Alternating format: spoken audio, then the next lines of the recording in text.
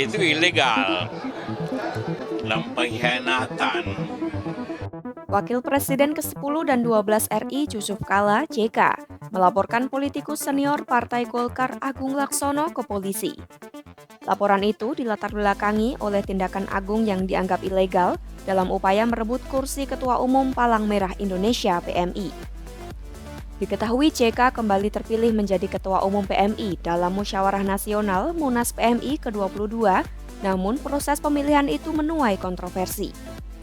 JK menyatakan Agung Laksono berupaya merebut kursi ketum PMI dengan cara ilegal dan menyebut ini sebagai kebiasaan beliau.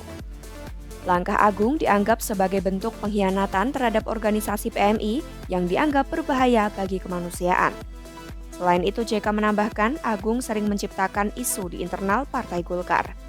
JK pun menegaskan PMI adalah satu-satunya organisasi sah di Indonesia yang tak bisa terpecah karena adanya klaim atau musyawarah tandingan.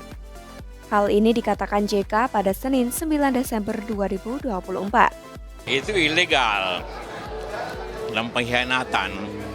Kedua, itu kebiasaan Pak Agung Laksono. Dia pecah Golkar, dia bikin tandingan Kosgoro. Itu memang hobinya. Tapi itu kita harus lawan karena dia berbahaya untuk kemanusiaan. Dan PMI hanya boleh satu dalam suatu negara, tidak boleh dua. Jadi kita sudah lapor ke polisi bahwa ada yang melaksanakan ilegal seperti itu. Dan itu kebiasaan beliau. Agung Laksono sendiri tidak mempermasalahkan laporan tersebut.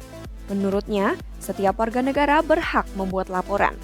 Ia menilai masalah ini tak berkaitan dengan tindak pidana atau kriminal, melainkan hanya persoalan organisasi semata. Agung juga menegaskan, tujuan dari perbedaan itu bukan untuk merusak PMI, tetapi untuk memperbaiki organisasi tersebut.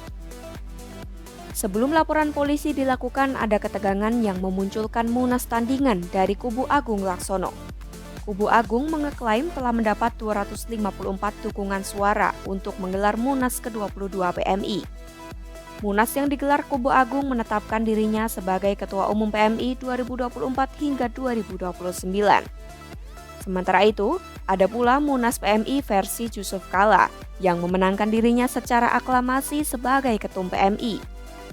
Sekjen PMI versi kubu Agung, Ulan Nuhrawati, menyatakan awalnya Munas ke-22 PMI hanya melibatkan satu kubu yang akhirnya menimbulkan kejanggalan dalam prosesnya.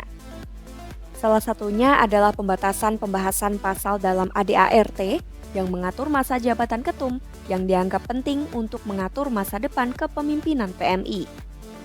Kondisi pun semakin memanas dengan adanya pembatasan terhadap suara-suara dari kubu Agung yang ingin menyampaikan aspirasi.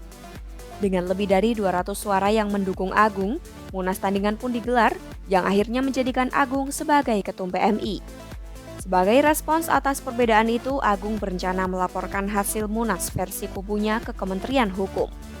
Dengan langkah ini, kubu Agung berharap dapat memperbaiki kondisi internal PMI tanpa menciptakan kerusakan lebih lanjut.